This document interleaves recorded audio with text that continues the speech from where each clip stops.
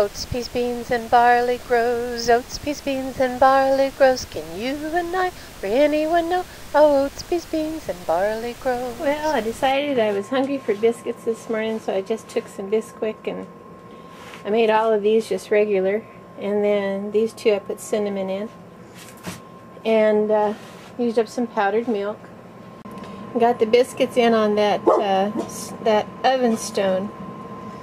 And at 450, and they're puffing up really nice. I would have used my sun oven today, but it's not very sunny, so we're using conventional. Well, the biscuits are done and out of the oven. There's a little cinnamon one here and here. Gonna have that for breakfast. And here's that stone I was talking about. Now, a seasoned stone, the oven stone. I had bought this from a professional kitchen store, but shoot, you can go to someone who makes ceramic tiles, a floor or whatever, and get an unfinished ceramic stone. Tell them what you want to use it for, and get yourself, it won't look exactly like this more than likely, but it might. And you can buy it cheaper from there. I've used this one, as you can see, quite a bit. As you can see, there's a lot of dark marks and then also a little bit of powder from the biscuits I just had on there. But you leave all that on there. You can brush some of the crumbs off, but you leave that dark spot. Those dark spots, it seasons your oven stone up, so that the next time you make your biscuits or you put your pizza on there or whatever you happen to do, drop cornbread or something, drop corn biscuits,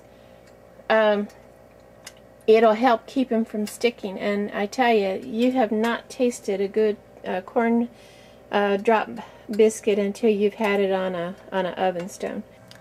Somebody was asking me one time, you know, why do you need oven stone and this kind of thing when you're cooking, or why do you worry about gathering spices for your survival supplies? You think you'd be more concerned about the basics. Well, you are concerned about the basics when you're trying to simply survive.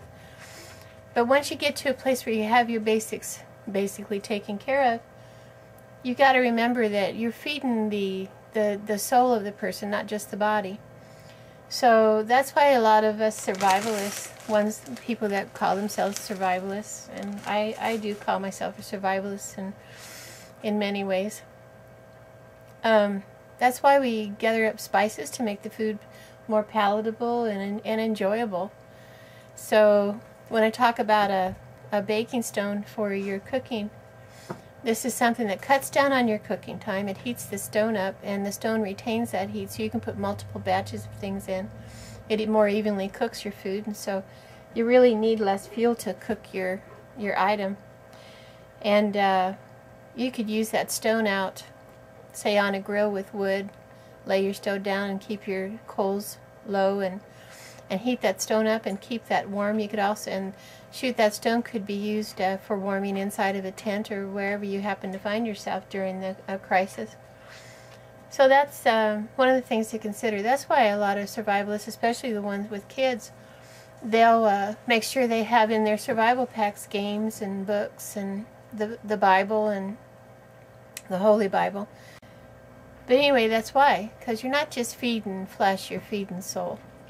So that's something to keep in mind.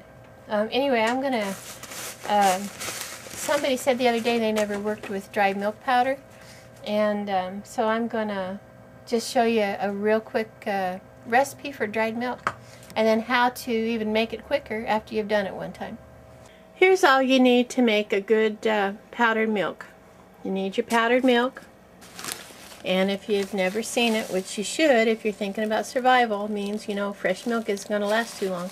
There's been records of people keeping it 20, 30 years. So you just keep it cool, keep it dry, maybe throw in your oxygen absorber and your dehydrator packets, and it'll stay for a long time. Now, with anything you keep a long time, it loses nutrition, loses flavor. But we're going to talk about losing the flavor here in just a bit. I use pretty much the same canister for making my milk every time. because I'm used to it. I'm used to the measurements. I know how it tastes when it's made in this container and everything to put into it. So it standardizes it for me. I don't have to think about a whole lot. Got your powdered milk, your standard container, something wide mouth,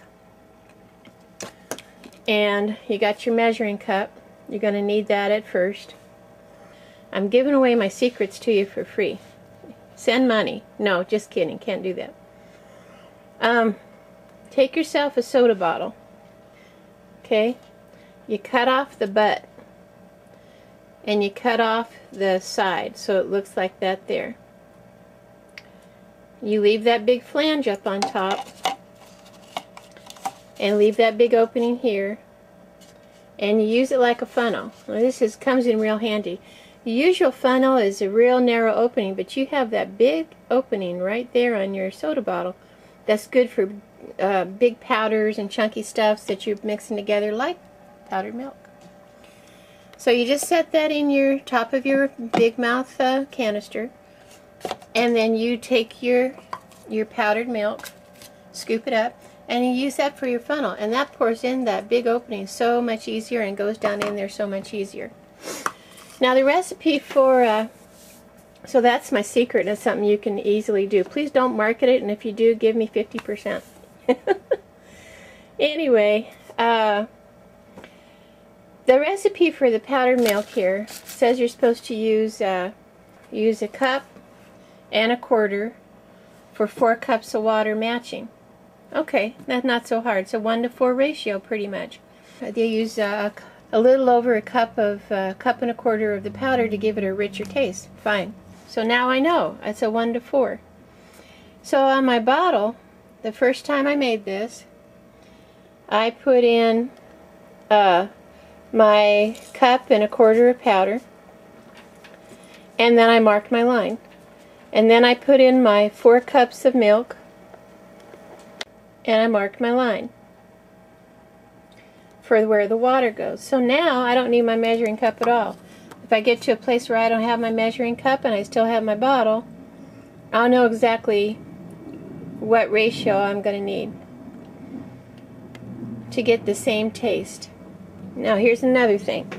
We talked about when your milk gets older, or some people just don't like the taste of powdered milk, they're not used to it. Add a few drops of your vanilla. Okay? Just what I do for an amount that size is that I take a cap, and this is just a small little cap. I pour vanilla into that, and I just add that in, give it a good shake. So that's another thing. We talk about feeding the soul. You not only make it nutritional, but also palatable. And that's it.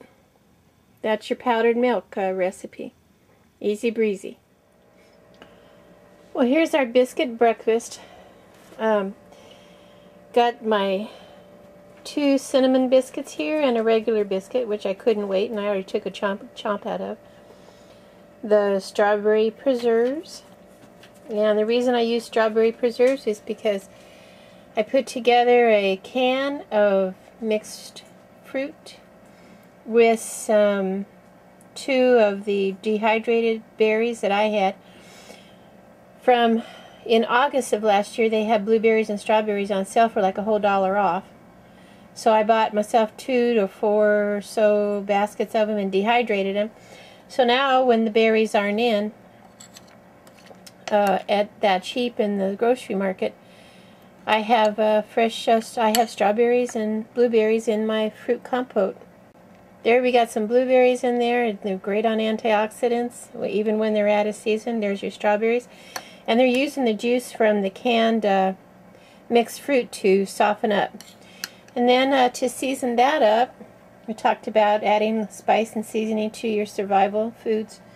Put in some ginger, sugar, which is a 1-to-4 ratio, 1/4 ginger, 3/4 sugar. And then a cup of hot coffee to top it off.